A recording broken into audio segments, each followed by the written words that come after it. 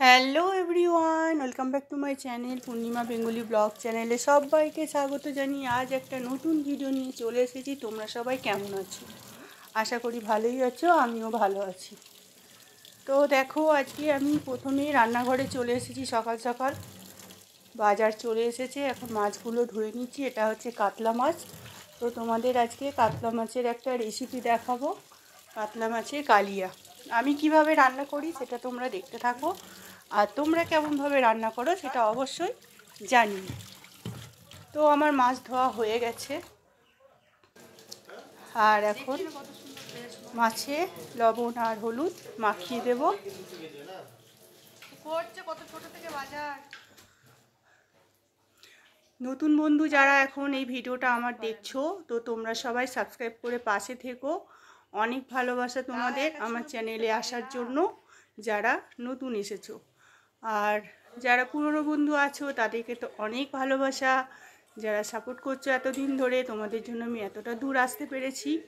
তো চলো এইভাবে তোমরা সাপোর্ট করে যাও, আমিও তোমাদের পাশে আছি। তো বন্ধুরা, মাছটা নুন হলুদ মাখা হয়ে গেল। এত সুন্দর মাছটা, টাটকা এতই কাতলা মাছ। তো আমি কড়াই বসিয়ে দিয়েছি দেখো, আর কড়াইয়ে সর্ষে তেল দিলাম। আমি সর্ষের তেল দিয়ে রান্না করতে পছন্দ করি।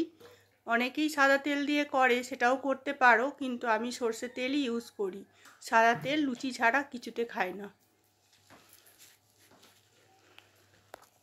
তেলটা গরম হয়ে গেছে, মাছগুলো সব আমি একে একে ছেড়ে দিলাম। মাছগুলো ভেজে নেব, ততক্ষণে আমি মশলাটাও রেডি করে নেব মাছ ভাজতে ভাজতে।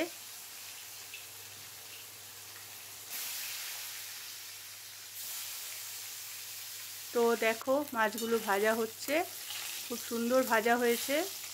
আর এদিকে আমি মশলাটাও রেডি করব। কি কি দেব মশলা সেটাও তোমাদের জানাবো অবশ্যই। তোমরা ফুল ভিডিওটা দেখতে থাকো, কেউ স্কিপ করে দেখো না, তাহলে রেসিপিটা জানতে পারবে না। এইভাবে রান্না করলে মাছের কালিয়া দারুণ হয়, আমি যেভাবে করছি। ঠিক আছে, অনেক অনেক ভালোবাসা সকলকে।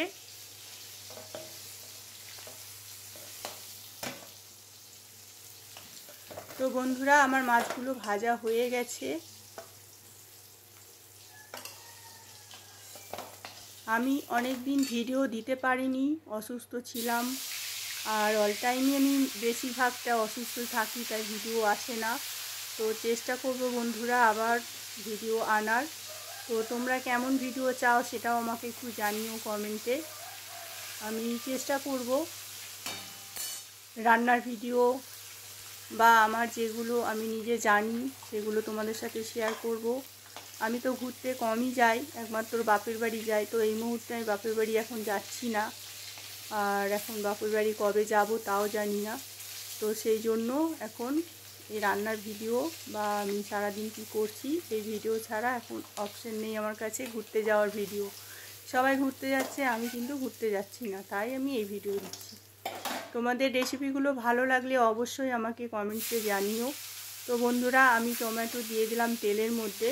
তো আমি পেঁয়াজটা বেটে দেব, তাই আগে টমেটোটা দিলাম, কারণ পেঁয়াজগুলো গোটা গোটা দিলে সবসময় ভালো হয় না। তো এখন টমেটো ভাজলাম দেখো, লবণটা দিয়ে দিলাম, যেহেতু টমেটো গলে যায় তার জন্য। সব কিছু দিয়ে দেবো আস্তে আস্তে, সব রেসিপিতে কি কি দিচ্ছি পুরোটা দেখতে থাকো। অল্প একটু চিনি দিলাম, আমি সব রান্নাতেই মোটামুটি একটু চিনি দিই যাতে টেস্টফুল হয়। আর আশা করি সবাই আমার রান্না খেয়ে ভালোই বলে, তোমরাও হয়তো খেয়ে বলবে, আশা করছি যে ভালো। কারণ আমার পরিবারের সমস্ত মানুষ আমার রান্না খেতে ভীষণ পছন্দ করে, এবং আমার ফ্রেন্ড সার্কেলেও সবাই আমার ভীষণ পছন্দ করে আমার রান্না খেতে। আর এই দেখো, নিয়ে নিয়েছি আদা রসুন পেঁয়াজ জিরে সব পেস্ট করে এখন দিয়ে দিলাম।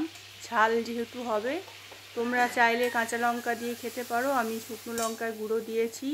তোমরা চাইলে কাঁচা লঙ্কা পেস্ট করে দিয়ে তারপরে রেড চিলি পাউডারটা দিতে পারো, যেটা কাশ্মীরি লঙ্কা। আমি একেবারেই ঝালের জন্য শুকনো লঙ্কার গুঁড়ো দিয়ে দিয়েছি। আর দেখো পুরো কি সুন্দর একটা কালার এসেছে।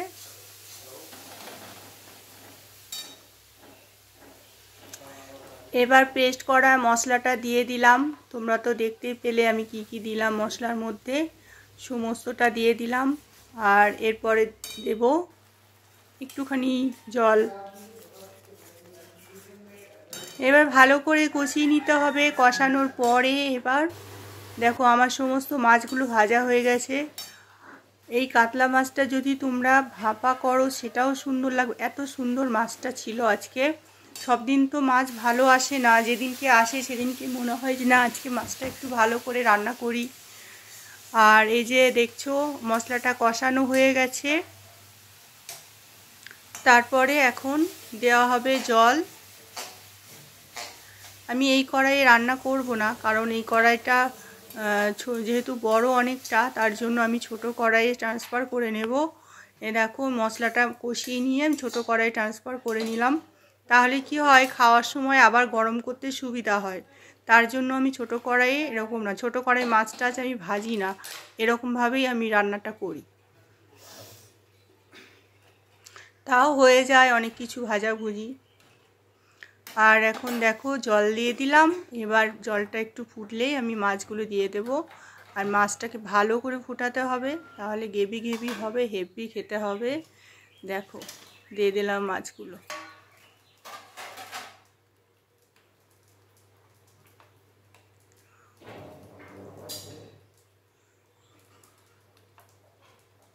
তোমরাই বলো কেমন লাগলো আমার এই মাছের রেসিপিটা।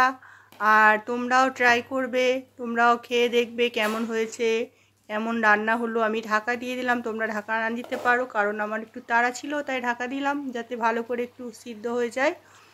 মাছগুলো একটু ভাজার পর ভালো করে সিদ্ধ হলে মাছের ঝোলটা একটু ঢুকলে ভালো লাগে খেতে।